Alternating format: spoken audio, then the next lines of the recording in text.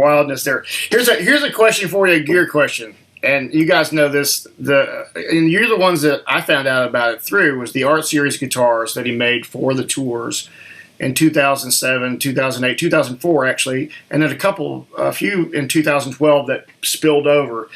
What do you guys know about why he did that? What was his thinking about why he wanted to do that? Just to give it to fans, or? Well, yeah, I think this is probably not going to be the popular answer. But it was, it was a business deal. It was a way to make money. Sure. But it was actually in 2012. It was most, I think, if not all of the tour. I know because Atlanta. I forgot to send you a picture. I have a picture of Ed's guitar rack there, where there's 2 Artist Series guitars in there. So he had basically 2 at every show. I think on the 2012 tour. He stopped doing that in 2015. But I think it was a way to connect with fans. It was a way to give them something special, above and beyond. Mm-hmm. But, they're also savvy businessmen now. The whole VIP pre-show thing, that Van Halen's not the only band that does that. Almost every band does that nowadays. Sure, right. They were just looking, the industry's changed. You don't make money selling records anymore, unfortunately. Sure. So you make records, you make money. To Ed's credit, though, I will say this.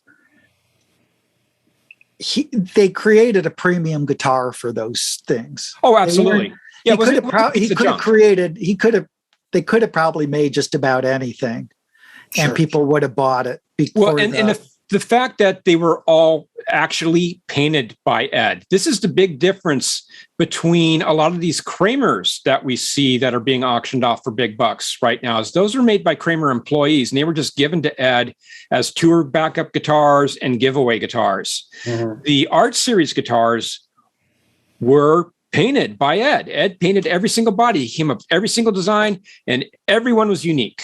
And it was like an art. It was the Art Series. It was an art project. In fact, I would love it because I know Matt Bruck took all those pictures of all those guitars. Matt, put out a book. Put out a book so we can see every single one of those in one place, and you can see this genius of Ed's, vision, the design that he could do. Yeah, and they're cool as heck. Cool. So I don't think that it was just a money grab. It wasn't a money grab, but it was kind of a way of offering fans something above and beyond the usual. And I think it was also partially personal. It was personal. Yeah, it was a way for Ed to connect with people.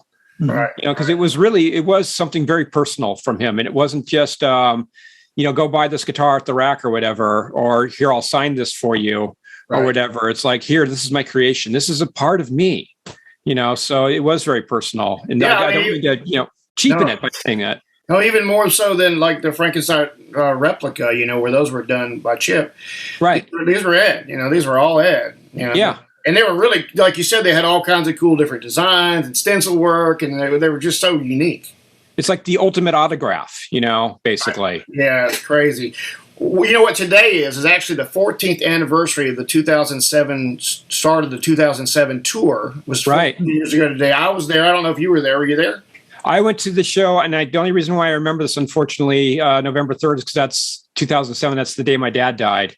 That's right. So I was at the show at the Meadowlands, in Rutherford, New Jersey, and saw Ed's meltdown, and throwing the monitor at the side fill guy. That's explained in the book. Yeah. And I didn't know for sure. When I saw that happen, I just turned to my wife and said, somebody's getting fired.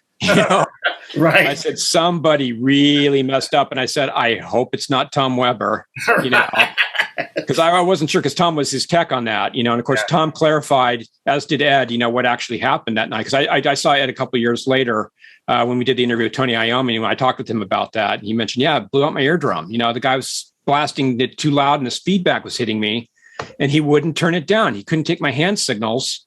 So he just picked up this monitor and chucked it at him. But it was sad because I think it affected his one way to do it. Right. But Ed, when he played his solo that night later, he kind of was off his game, unfortunately.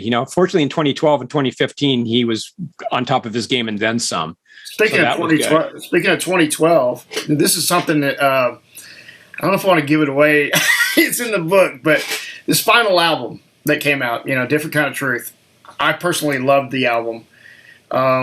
but apparently there might be more of it somewhere. Yes. Yeah. How many tracks? I can't remember exactly, but it was like 30 plus tracks. I think they said that they recorded. Right. Now, the caveat is, and this is one thing where I'm going to be forgiving, and I hope the fans will too, is I think they were just instrumental demos. They weren't with David's vocals, because David, as we know, worked over at A&M. Right. They basically worked apart. Right. Ed, Alex, and Wolfgang all worked up at 5150, and then sent the stuff over to A&M, and then Roth laid down his vocals. So Right. I think that's what happened is they did all these instrumental tracks, but, and I know Wolfgang has said, they're just demos or whatever, but, they could do a treatment. It's not like having, the drummer from the Knack replace the drummer on the Jimi Hendrix recordings and that kind of thing that happened, with Alan Douglas, that people are up in arms about with the Jimi Hendrix legacy. I think let's finish that stuff. It would be nice. Yeah. I'm not going to demand it, but, they could do that. They could do the unreleased tracks that were done for the follow-up to Van Halen 3. I'm not going to tell them what to do, but there's a wealth of material out there, and I think it's more finished than most of us know. Yeah, I'm sure, but based upon what was said, in the conversation, it sounded like it at least was a working demo that they had recorded, at least the instrumental bed, and David could certainly come back and finish it. Yeah, karaoke, man. Woohoo! Do his thing. That's an interesting discussion between David Lee Roth. I'll make a real quick aside to that. Their styles, this has been talked about in some of your interviews, but Roth was that, like you guys said, a sort of a poet, an artist in his lyrical. The way he made these things, these songs, and the way they fit together. I don't know how you write lyrics over this music. Yeah. How do you? Because it is some of the most complex things, like, even the part in Unchained where it's doing that little weird time thing. How do you come up with a lyric over the top? Roth he had a thing about him. He would come up with unique things. And on Sammy's side, he was very good at very melodic songwriting into that sort of different phase for them. But how did you guys feel about those two eras?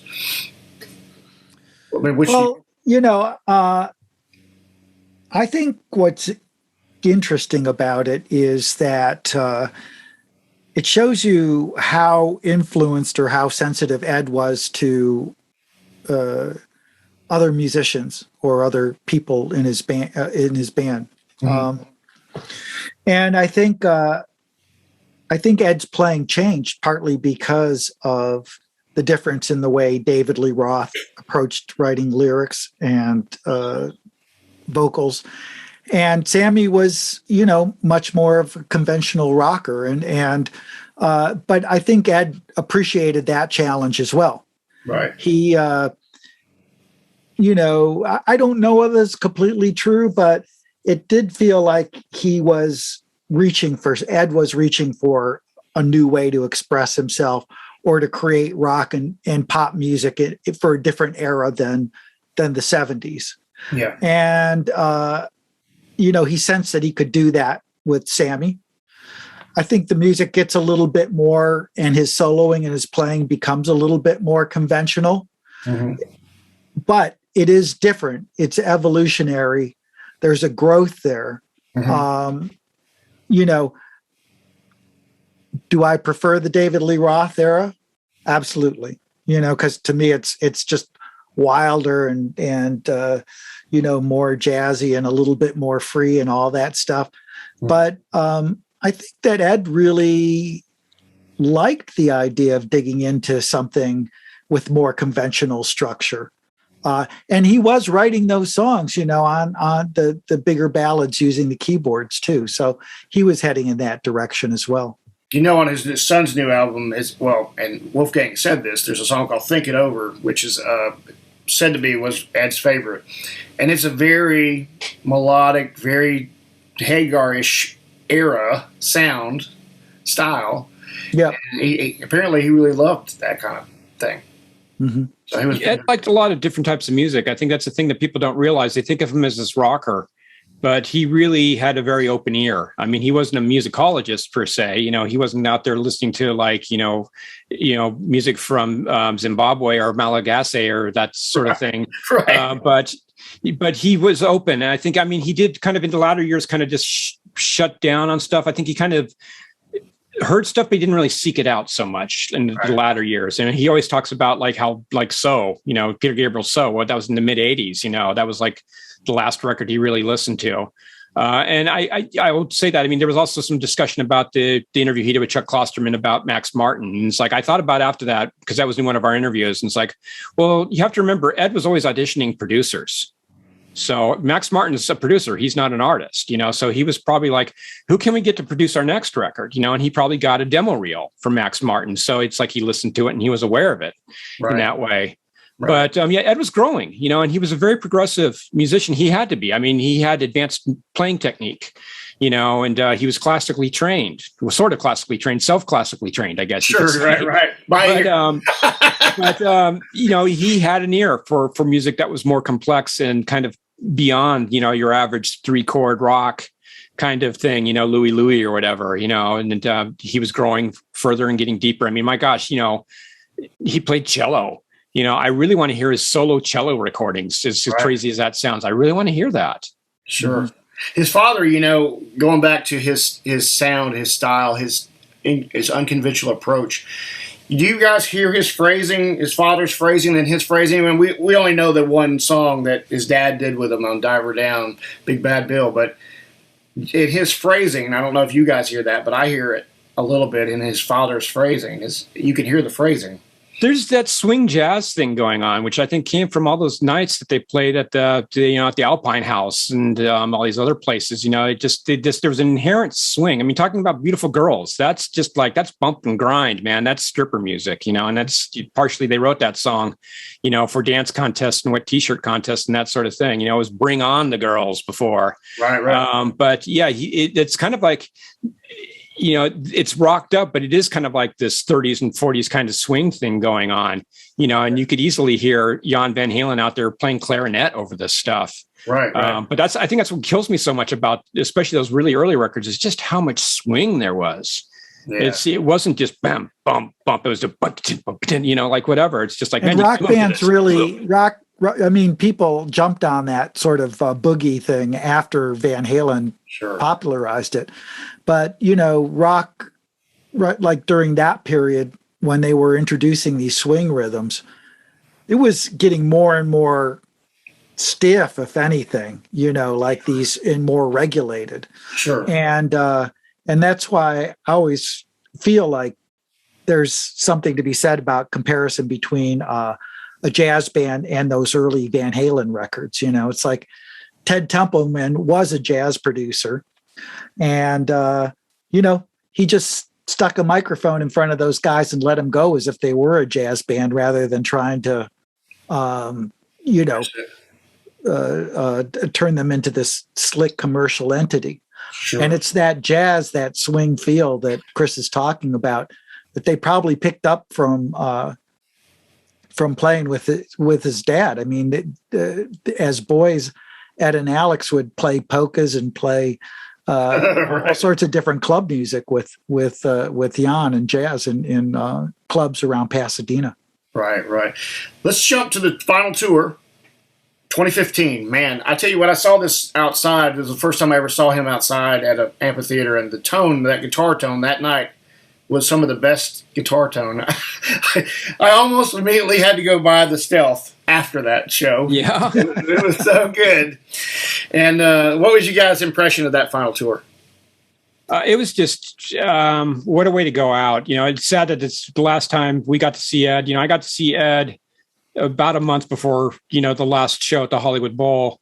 Up at Bethel Woods, the old Woodstock site, which was kind of a weird spiritual ground unto itself. Jimi Hendrix spirit still wafts through there, and Carlos Santana, you can still smell the buzz, kind of going the other direction. Right. And they got a really cool museum up there. If you ever make the trip, it's worth it because the museum's awesome. I've heard about it. But Ed was just playing great. I mean, it's one of those things. It's kind of like that Hair Club for Men thing, where it's like, 90% of looking good is feeling good, and it's like, or 90% of feeling good is looking good or whatever. And like, in Ed's case, 90% of sounding good is feeling good or whatever. Ed was feeling it, and he was just playing, incredible. I think I've said this before. It's like, I think the best I've seen him play. You know, I saw every Van Halen tour, you know, starting in 1978, San Diego, they opened, they didn't open, they were the headline act. They did a quarter of the San Diego Sports Arena, like amphitheater seating, they called it. And they played a really long set. They played about half of Van Halen 2 well before it came out,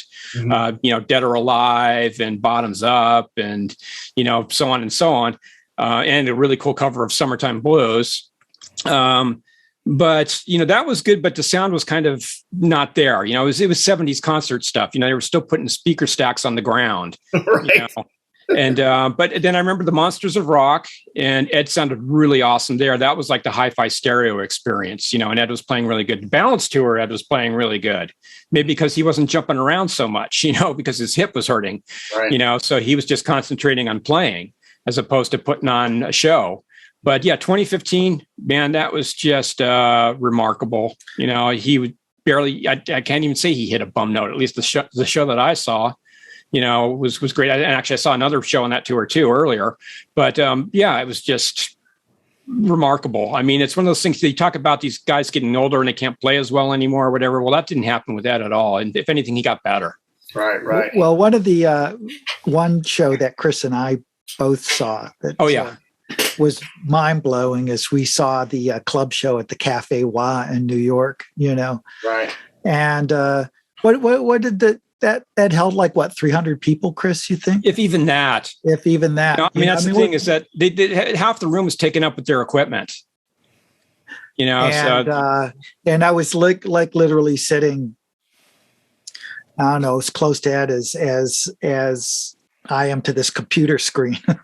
You know, just watching him play, and you know, again, every great Van Halen song that you could think of, and it sounded, you know, he sounded incredible. He was playing incredibly well that evening. Yeah. You know, I always say this to people who are not musicians, that when you get to see somebody that's that talented up that close, you get a real scope of what their real talent is. We interact with people like that through NAMM and through just being at shows or whatever we do. We get to see that kind of magic up close. You know, that's our lucky thing. But I just tell people, you know, that experience that you guys probably had being that close to that, and at his peak, you know, peaking like that, it must have been incredible. It was just absolutely stunning, you know, and to me, it was just like, wow. I mean, it was great because, you know, that 07-08 tour, our expectations were very high because that was the return of Roth and everything. And Ed was still struggling with, you know, some of the substance abuse issues, and he wasn't always on the mark every night. And, you know, and then he started to decline as that tour went on, and it started to create this rift and everything. But to see him get his act together so well in 2012 and 2015, and it's just like, man, you know, because he talked about the struggles he had playing sober and how it was kind of a hard thing for him to overcome that because he was so used to, you know, loosening up a bit before a show. But he really just took the bull by the horns and just, you know, conquered. Yeah, no doubt. You know, that's the thing about the book. You know, what we tried to do was again present this really interesting big picture of his evolution as a player, as a human being. He had his, you know, incredible ups, and then he had these super deep valleys. But sort of the nice thing for us is that we didn't have to work hard for this sort of great redemption. Like Ed was as low as a man could be at one point in his life. But the last 4 or 5 years, he had really, you know, found himself again, found his purpose as a musician, and it was, you know, it even though he died, you know, at the end, he was also on a literal high as a human being and as a person. So he was having a new peak here at the end, and that was an amazing thing. Yeah. You know what? The one thing I want to finish up with, and you know, this was your comment to me in the email, was that this was probably Ed's greatest night, the Smithsonian that we were all at. reflect on that. One thing I want to ask you though before we get into it is the ceremony before. Now, when I went as a fan, right? So I got a ticket and it was free to get in. When I got there, we got in line, and I was close to the front of the line. When they opened the doors, we walked in as fans. There was already half the place was full. And I was like, wow, what was going on in here before I got in here? So you guys were in there. Tell me what was going on. What they were presenting these. Yeah, we actually, there was actually on the other side of the hall, you go in that big grand entryway hall when you go into the Smithsonian there. Yeah. And I think they had, I don't remember if the Batmobile was there or not. It's like they had the Batmobile from one of the more recent movies. Mm-hmm. Maybe it wasn't there at the time. I can't remember, but it was on the other side. They had like this kind of like, almost like I'd say conference room type of thing, much smaller, intimate room. And they did this kind of press presentation. So there was a handful of us there. And it was, of course, Alex and his son and Matt Bruck and Janie, and close friends and press. Were there, and that's kind of when they did the formal presentation of both the Frankenstein black and white replica and one of Ed's stealth guitars to the museum, along with a half stack, an EVH half stack, and they had a formal presentation there. We took pictures. I'm seeing you've all seen the pictures. I have pictures. I was going to send them, but they're like the same as all the other ones that are out there. Sure. Where Ed's got his hand on the Frankenstein, he's got the gray jacket on, so that was in that room. Then, of course, we were allowed to go sneak over, like you said, and of course, Alex and all of them took up the front row, but it was like, it was basically the press and everybody got to fill in there before you guys. Yeah, I was gonna say there's a picture of you guys that was taken that you're sitting behind Alex and his son, and you Brad and you guys. I've downloaded that. I've got that there. It's like, there I am. There you are. Yeah. So we were like, wow. First thing I thought is, wow, and must not have been that many fans allowed to come, to this, because when I got the ticket, I had no idea what kind of size we're talking about here. So it must have been a couple hundred fans, maybe. And there were 200 other people, maybe. Well, again, you have to understand this was a very important moment in Ed's life. Sure. We talked earlier about him being an immigrant and coming to America, and then being honored by this country, for his achievements and his creativity. I mean, it was everything that Ed loved, right? They were celebrating him not for his, for any outrageous behavior or fights with Sammy Hagar or David Lee Roth, right? They were saying, you have contributed in a very substantial way to American culture through your music and your guitar playing. And so obviously Ed was going to have his family there, and he was, wanted press coverage, because he cared about that more than just about anything. I mean, it was a deeply moving evening for him. Yeah, and I was grateful that I got a ticket. I mean, getting there and realizing how important it was to him, and how big of an event this was. Post even now, I'm still wow, I really was fortunate to be there. And he was on that day. I mean, he was. Oh, yeah. I want to add, too, that Brad was supposed to be the host. He was supposed to be the one up on stage there, and that we collectively came up with questions. And I don't want to burst Kevin Dodd's bubble, but Brad came up with the question about the Stiegel movement being a possible inspiration for the stripe design. I think it's, great minds think alike. So, Kevin, you came up with the question too, but Brad also was on the same wavelength, and we had provided a bunch of questions to Ed in advance. But I want to give Brad credit for that, because, he played a big part in that event behind the scenes that most people aren't aware of.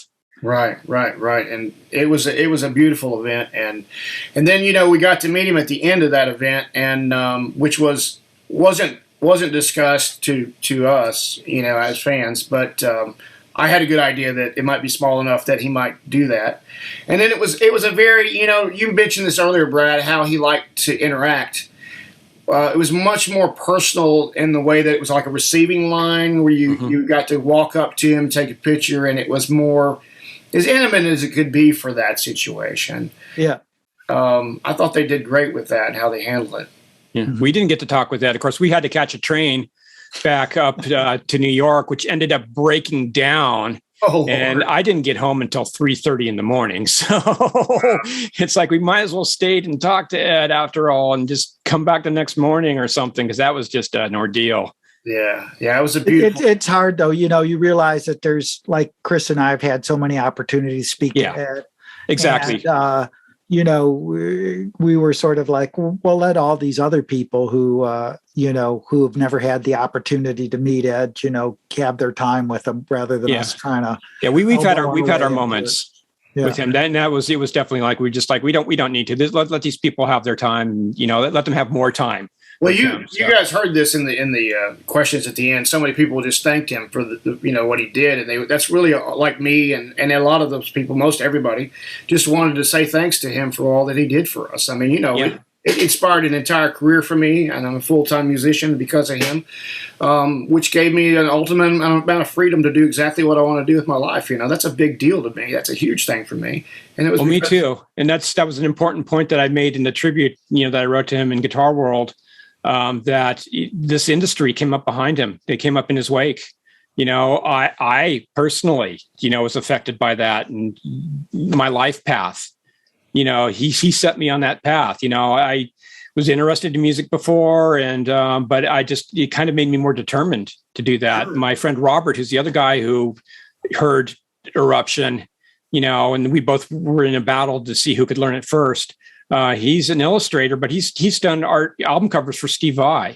He did backdrop stuff for David Lee Roth. So we went from these kids listening to this stuff to actually working with these people. And that's really cool. One anecdote I'll tell you about Ed is, I worked for a record label initially and went back to college for a while and then got out. And then my first real job was at Roland, the Japanese manufacturer, the American branch of that. And I was, eventually got worked up to doing artist relations. And I was told, like, if, we don't give anything to anybody except Eddie Van Halen. And it's because Ed sold more product than any salesman ever could, than any artist ever could. And Jump sold more synthesizers. People don't realize that. They talk about the guitar side of things, but Jump sold a ton of synthesizers.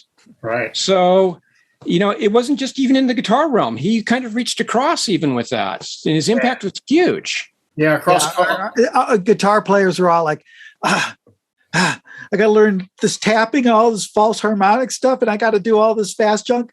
And now I got to learn how to play keyboards too. Right. He did have such an impact across all culture. And I think even people, a lot of the fans that I know personally, they're just fans. They don't actually play anything. They're just fans. But the way that he's influenced them or impacted them in their life it's huge. It's a amazing life that he had. One final thought here is that, he supported Mr. Holland's opus, as we know. And one of the interesting anecdotes in your book is that the first place he bought was, I think, the first guitar and drum set was bought at a place called Music for Everyone. Yeah. Which goes right along with his Mr. Holland's opus charity. Absolutely. It's his mantra. And definitely something that we're all thankful that he came along and changed all of our lives. I mean, it's just an amazing journey. And you guys really need to check out this book that these guys have written. It's the way that you put it together. That's very, cool how you broke it up with the Eddie's oddities and how you threaded his interviews into it through, I've read a lot of those things, but there's like a lot of stuff that's filled in that, is amazing to learn. One final quote, and I wanted to see what you guys think of this quote. It was done, a quote by Miles Kennedy after Ed's passing. He said, part of Eddie's allure was the fact that he made musical prowess look easy and fun. But it was that smile and wink of the eye that enticed you to not only listen, but dared you to follow in his footsteps. What do you guys think? Agree with that?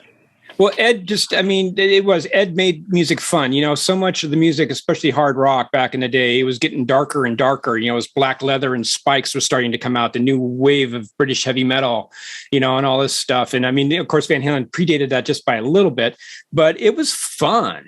It was like, it's like, come on in, the water's fine, kind of thing with Ed. It wasn't about I'm dark and brooding and you must obey my authority, and I am whatever the divine guitar god. Like Richie Blackmore and some of these other guys, they were intimidating. Ed was not intimidating. He was intimidating because he could play so incredible, but it's just like, hey, come on, it's cool, like it's all right. I mean, the whole thing that Van Halen did was just genius. I mean, the harmonies, the great melodies, all this stuff, this whole package. Dave was kind of, he was like this sexy guy, but he was also kind of funny, and just this great personality. Mm-hmm. But yeah, Ed was just he was just like the hometown boy next door kind of thing with this one of a kind talent. But I think that was the thing, that he just was like, he wasn't pushing you away, or telling people to bow with him. He's like, come on and enjoy this. I'm having a great time. I want you to enjoy it too. Yeah. One of the things that back when I was a kid, you guys remember this. We didn't see Ed's face. You just knew the music, right? And you didn't see his face until MTV came along. And then there was a show that I was watching one night, which Don Kirshner's rock concert, which you guys probably remember. I remember that, yeah. And they played the Unchained video on there. And I'd heard about Eddie through Beat It. Somebody said Eddie Van Halen's playing this, and I was like, I don't know who that is, but I heard that name, and then I saw the video and finally saw his face. And I think it was the fun that he exuded, the joy that he exuded that made me go, wow, now that's what I want to do with my life, Well, I think that's sort of the interesting thing about Ed, and there's a certain kind of dichotomy there. Was off stage, he was again, a bit of an introvert, had his own personal issues, but where he felt at home was playing the guitar. Mm-hmm. So, that joy that you see, that smile that you see, that was for real, because that's where Ed felt the best about himself and about the world, was when he strapped on that guitar and he played. And it's not just like a visual, right? Because like what the guys in Poison smiled a lot too, or whatever, Right.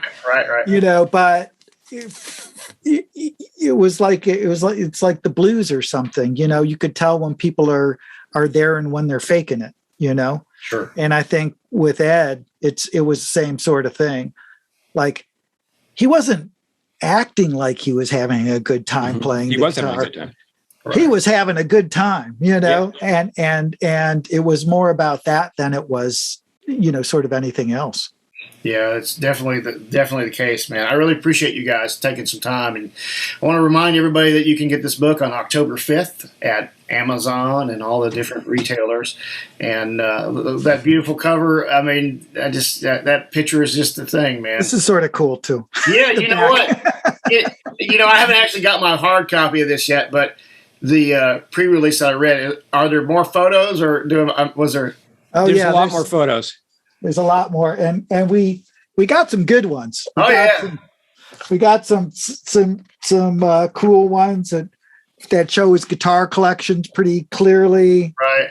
And we've got here Sammy Hagar trying to strangle Ed. Right. I love this shot. There's one in here taken in 5150 by Larry DiMarzio. Yeah, where it's got Ed's collection and he's holding the Hot for Teacher V. Yeah, I can't believe he sold it. But he said it was for a crazy amount of money. So, what a guitar, man! What a history! What a book! And thank you for your time, guys. And it's great to finally meet you, even though I've seen you over the years and you too. Known about you guys forever. Of course, Guitar World has been part of my life since I started playing in the early 80s. And, I really appreciate everything you guys do to continue on with, the Play It Loud, the whole thing with Eddie at the Smithsonian, all these things you've been behind, So we're so gracious and happy that you helped us have that time with Ed over the years and get to know him that way. And really thank you for giving him a voice and everything y'all done. That was ultimately our goal. We really enjoyed doing your show, Jeff. Ask great questions, and thank you. We can tell you're a believer. Yeah, The idea was to give Ed a voice. We wanted to let Ed tell his story as much as possible because he didn't get an opportunity to sit down and do an autobiography. So we wanted to kind of fill that void for him because he was definitely, he deserves to have his voice heard. Yeah, he definitely does, and that was a great thing about the book that you were able to incorporate his voice into it, and that's a great way to honor him. And I'm hoping that they do this plaque out in Pasadena that's supposedly been already discussed and decided upon, and they're going to do some more things. One of the sad things about him passing during the middle of this period of COVID was that we really didn't get a proper send-off that, I think the music community really wanted to have. Yeah. We haven't had that yet, and I just don't know. This book is one of those things, though. At least we have these things, and we're able to talk about Ed and remember him. Well, that's the thing. It's an ongoing battle. We've got a lot of distractions in this day and age and things coming at you from every direction, and your focus is on this and that. And we were trying our best to keep the focus on Ed, and this is the starting point. Let's go off from here, keep him in memory, and let's let people know how important this guy really is, Yeah, the outpouring of love, the days after his passing, I mean, it was big. There was so much stuff, and like you guys, I heard it from Wolfgang on Instagram when he posted it right away in the morning, and of course, we all knew he was having trouble, but you just never know what it's going to be like, and man, it was hard. It's been hard, and it's almost a year now, and we're still going to soldier on to keep him in our memories and keep pushing his legacy. Yeah, thanks to you, people like you, Jeff, too. You keep the word out there, so that's all good. I love Ed, man, and I just this is what I've always wanted to do is help. Keep telling people about Ed and how great he was. He was our Mozart. He was our Beethoven, and absolutely, he will be remembered for hundreds of years. And I'm glad if I could do anything to help people remember. Cool. Well, certainly by pushing our book. We're doing it, right? We're doing it together. I love it. I love that we're doing it. I do. I love we're doing it, and I love you guys did this book. And you got two guys that were in the inner circle with Ed for so long. You were the guys to do it. So thank you very much for that, and thank you for your time today. There's a lot of love in here, guys. Check that book out, October 5th. This video will come out after that day, actually, but y'all go get the book as soon as you see this video, hopefully. Cool. And you guys take it easy, and hopefully I'll see you back at NAMM. I don't know whether I'll be back there for summer this year or not, but maybe the year after that. We'll see. I think I'm going to be out there, so if you come out, we'll manage to figure out some way to say hey. Okay, buddy. Thank you. Okay. Thank you, guys. Have a great day. Okay, thanks Jeff. Good talking to you. Thank you. You too. Thank you. Bye. Bye, y'all.